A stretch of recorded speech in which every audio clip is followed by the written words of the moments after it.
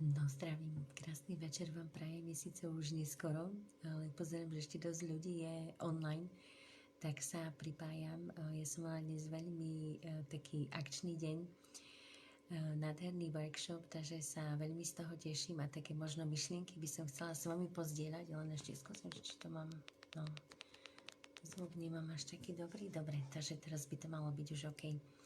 Takže som sa chcela s vami podeliť o také možno zaujímavé veci, ktoré som sa dnes dozvedela. Možno vám budú nápomocné, tak ako aj mne, že vlastne keď ideme tou cestou a rozhodneme sa pre tú zmenu, pre ktorú sa rozhodneme, tak je zásadná jedna vec. Neviem, či ste to vedeli, alebo nie, možno to tušíte. A tou vecou je sebadisciplína. Prečo je to dôležité? Pretože bez sebadisciplíny proste my môžeme zvonku očakávať tú motiváciu, tú inšpiráciu, ale pokiaľ my v sebe nemáme tú vlastnú motiváciu a tú takú sebadisciplínu, tak ďaleko to v živote nedotiahneme, pretože vždycky to stojí a padá na nás, ako sa hovorí. I mám tu prvé očičko, takže sa teším, ďakujem. No a presne o tom to je, aby sme boli disciplinovaní, aby sme si vedeli správne zatriediť ten čas. Hlavne teraz, keď sme všetci doma, tak teda väčšina z nás, alebo menšina, to už je jedno, ale keď proste sa mení tá situácia, ale vlastne za akýchkoľvek podmienok, tak je veľmi dôležité mať tú sebadisciplínu, pretože tá najvzácnejšia komodita, ktorá je ten čas. A ten čas prejde tak či tak a my ho môžeme buď premárniť, alebo ho môžeme skvele využiť. A preto tá sebadisciplína, pretože keď my si poviem, to však zapnem telku, vyložím nohy, dám si čipsy a život je pohodička, tak ono ten taký ľahký život, ako sa hovorí, nás k tomu cieľu, po čom túžime, nás proste nedovedie.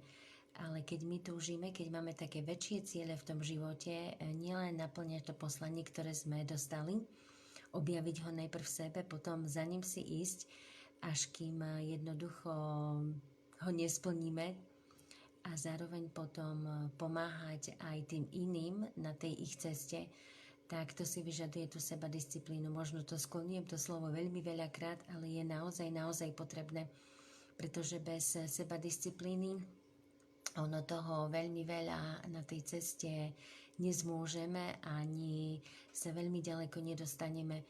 Takže si určiť naozaj tie priority, to, kde dávam to pozornosť, tak tam vlastne sa mi tvorí život, tam to jednoducho rastie a keď ja viem, že má deň 24 hodín, tak je veľmi dôležité si to rozdeliť tak, aby som mal čas alebo mala čas aj na seba.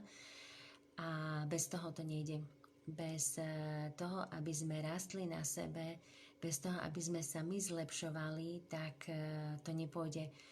Ono, viete, jak sa hovorí, keď my chceme si čosi krajšie, čosi lepšie do svojho života pritiahnuť, alebo čosi lepšie chceme od toho života, tak najprv my sa tou lepšou osobou potrebujeme stať a až potom nám to lepšie môže prísť. Opačne to nefunguje. To, že my budeme očakávať, že budeme robiť tie isté staré kroky a nebudeme ochotní sa meniť, tak nič lepšie nám do toho života nepríde. Proste to je fyzika, tak toto funguje. Takže na to, aby my sme čosi krajšie mohli od toho života dostať, tak my sa tým lepším človekom potrebujeme stať. To je krok číslo 1 a ja si stojím za tým, že osobnostný rozvoj je proste... To je number one. A to je jedno, či sa bavíme o vzťahoch, či sa bavíme o práci, podnikaní, zdraví, to je jedno. Proste ten osobnostný rozvoj, to je krok číslo 1. A asi tak, takže to sebadisciplína, aby sme naozaj si ten čas vedeli dobre zatriediť, aby sme, ja neviem, si dali takú výzvu sami pre seba. Keď túžime po niečom inom, po niečom novom, krajšom, lepšom, tak si dajme tú námahu. Proste si povedzme, čo sa od nás, lebo viete, jak sa hovorí, Veľa ľudí túží, to ja by som chcel taký barák, také auto, taký vzťah, tak cestovať, hento mať, toľko peňazí zarábať. To všetko je krásne, ale čo my sme ochotní za to dať, tú protihodnotu, čo je to, koľko my sme ochotní preto dať. Ja neviem, keď túžime po nejakom krásnom aute alebo dome, to nie je otázka milióna, to je otázka možno 2. A čo my sme ochotní preto dať? My sme ochotní preto urobiť toľko, ale očakávame toľko. To je ten nepomer a to jednoducho, to tak nejde. Takže preto je dôležitá tá sebadisciplína, aby sme začali na sebe pracovať. A ako náhle my začneme na sebe pracovať, tak potom aj tie veci sa dajú viac do pohybu a nám sa budú diať potom veci, budeme si iných ľudí do toho života priťahovať, iné okolnosti, iné podnety, proste všetko sa bude tak nejak skladať to puzzle, keď my urobíme ten prvý krok, vystúpime z tej komfortnej zóny. Takže a tá sebadisciplína to nie je len o tom načasovaní sa, že vlastne si budeme vedieť správne korigovať ten čas, ale je to aj to vlastne, ako my si zašleníme tie denné aktivity, čomu my budeme venovať tú pozornosť. Či jednoducho budeme dávať tú pozornosť tam, kde nechceme a budeme jednoducho sa živiť tým strachom, tým negativizmom a tak ďalej, alebo jednoducho si povieme, ten čas je vzácny a ja ho radšej využijem na to, aby som sa ja vzdelávala. Či už knihy, audio, proste to je jedno. Tá škála je tu obrovská. Takisto je sebadisciplína ideálna, čo sa týka starostlivosti o naše telo. Tam to je jedno, či to je pohyb, či to je mikrovýživa, spánok, proste starať sa sami o seba, pretože to naše telo je jediné miesto, v ktorom my sa nachádzame celý život. Celý náš život sa nachádzame v našom tele, tu ten pozemský život. A preto je tak dôležité proste do seba investovať. Ja porovnávam naše telo k autu. Aj keď máme to auto, tak my nečakáme na to, kým ten olej vlastne tam už nebude. Ale my sa vlastne staviame proaktívne a jednoducho vždycky si udržiavame tú hladinku toho oleja, aká má byť. A je paradoxné, že to telo, ktoré nám má slúžiť na tej našej pozemskej ceste, my tak často zanedbávame a vôbec, ale vôbec mu nepridávame žiadnu váhu. A to je veľmi smutné.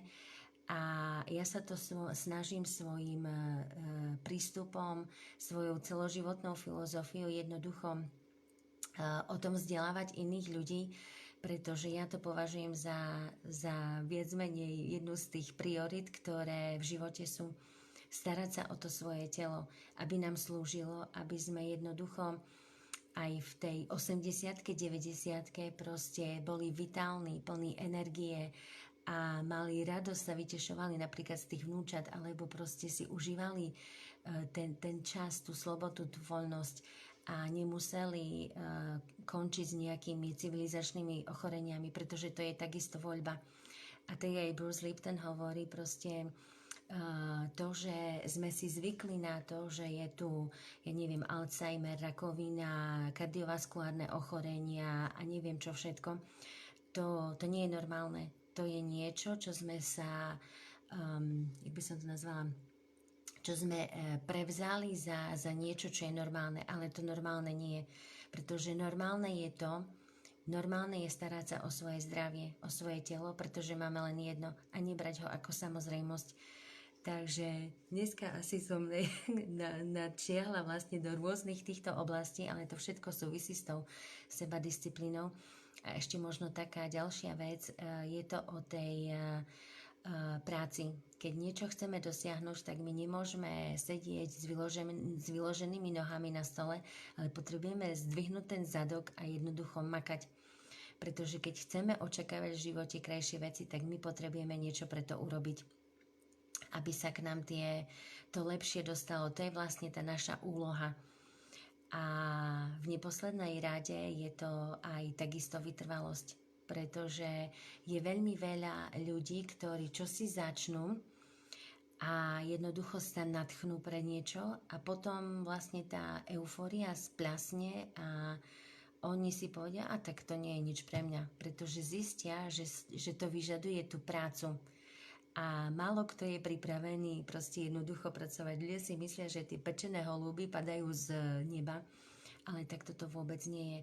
Takže viacero tých faktorov, viacero oblastí, ktoré som teraz tak obsiahla.